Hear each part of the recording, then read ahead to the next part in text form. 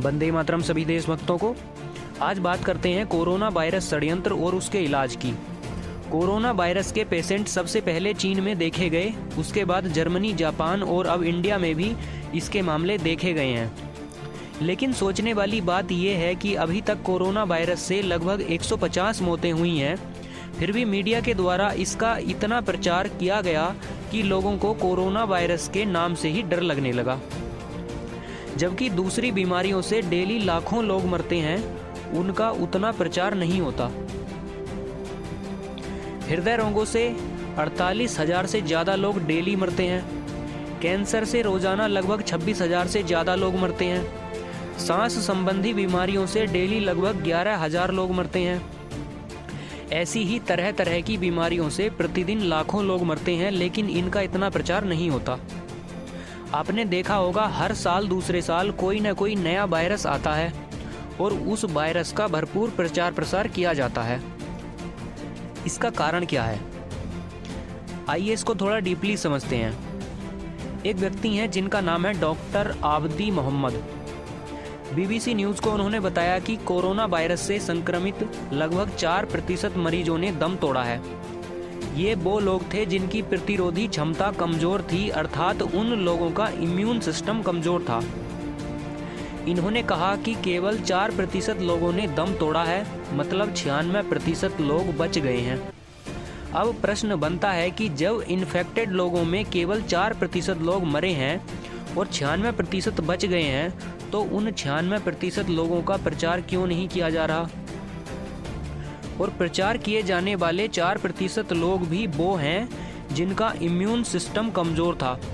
आप जानते होंगे कि अगर किसी व्यक्ति को कोई बीमारी हो जाए तो उस बीमारी से लड़ने के लिए इम्यून सिस्टम काम करता है, लेकिन जिसका इम्यून सिस्टम पहले से ही खराब हो, जिसकी रोगों से लड़ने की क्षमता ही खत्म होने की कगार पर हो, उसको छोटे से छोटा रोग भी मार सकता है। तो फिर कोरोना वायरस का ही प्रचार प्रसार क्यों किया जा रहा है जब उनका इम्यून सिस्टम कमज़ोर था? उसका सीधा सा कारण है फार्मास्यूटिकल कंपनीज का बिजनेस। क्योंकि लोगों के दिमाग में जितना ज़्यादा कोरोना वायरस का डर घुसाया जाएगा, उतनी ही ज़्यादा दवाइयाँ बिकेंगी। जिस दिन से चीन में कोरोना वायरस का आगमन हुआ है, तब से फार्मास्यूटिकल कंपनियों के व्यापार पर कितना प्रभाव पड़ा, जरा देखते हैं। Several pharmaceutical gains on the Shanghai and Shenzhen Stock Exchange have risen by their 10% daily limit। Jiangsu Sihuan bio engineering का 10% शेयर बढ़ा। सैंडोंग लुकांग फार्मास्यूटिकल का 10% शेयर बढ़ा। हैंगरुई मेडिसिन का 10% शेयर बढ़ा। यहाँ तक कि face mask manufacturers Tianjin Teda and Shanghai Dragon के शेयर भी 10% तक बढ़ गए। प्रोक्टर एंड गैम्बल और वॉलमार्ट ज़बरदस्त लाभ कमा रही हैं। कोई कंपनी 60% शेयर गेन कर गई है, तो कोई 24%, तो कोई 20%। सब कंपनियां ज़बरदस्त लाभ कमा रही हैं। अब कुछ समय बाद ये ही कंपनियां वैक्सीन तैयार करेंगी और बेचेंगी, फिर इनका दोबारा मुनाफा होगा और शेयर बढ़ेंगे। इसलिए पहले वायरस बनाकर लोगों के बीच छोड़ दो और लोगों को मरने दो, क्योंकि जब तक 1500 लोग मरेंगे नहीं तो उनके मन में डर कैसे बैठेगा, और जब तक डर नहीं बैठेगा तब तक कोई एंटीवायरस वैक्सीन नहीं खरीदेगा। इसलिए पहले वायरस लाओ, 1500 लोग मारो और लोगों के मन में डर बैठाओ, फिर एंटीवायरस वैक्सीन का बिजनेस बढ़ाओ। कैंसर से करोड़ों लोग मरते हैं, उसका उतना प्रचार नहीं होता जितना वायरस का होता है, क्योंकि कैंसर की वैक्सीन तैयार नहीं होती। इसलिए कभी इबोला आता है, कभी सार्स आता है, जीका आता है, तो कभी कोरोना आता है। कुछ समय पहले पुणे में भी ऐसा ही हुआ था, वहाँ स्वाइन फ्लू का प्रचार किया गया था।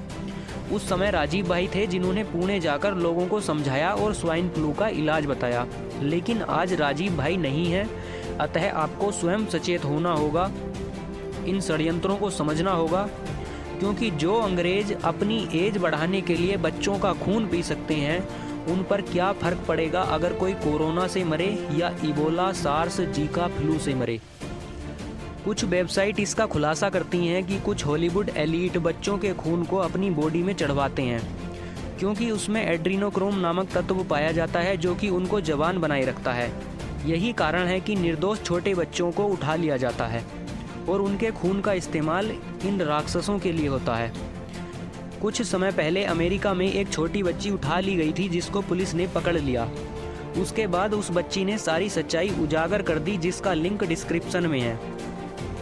अतः आप सभी से निवेदन है, कृपया इन नरभक्षी राक्षसों से बचें और राजीव भाई के द्वारा बताए नियमों का प्रयोग करें। लेकिन उसके बावजूद भी अगर किसी को फ्लू, कोरोना, इबोला, सार्स की समस्या होती है तो राजीव भाई के द्वारा बताए गए नीम की गिलोय, तुलसी के पत्ते, काली मिर्च, सौंठ, छोटी पीपली, अजवाइन, काला नमक मिलाकर इन सब का काढ़ा बनाएं और उसका सेवन करें। अगर जानकारी अच्छी लगी तो वीडियो लाइक और शेयर करें व हमारे YouTube चैनल राष्ट्र आराधक को सब्सक्राइब करें। वंदे गो मातरम, जय राजीव बाद।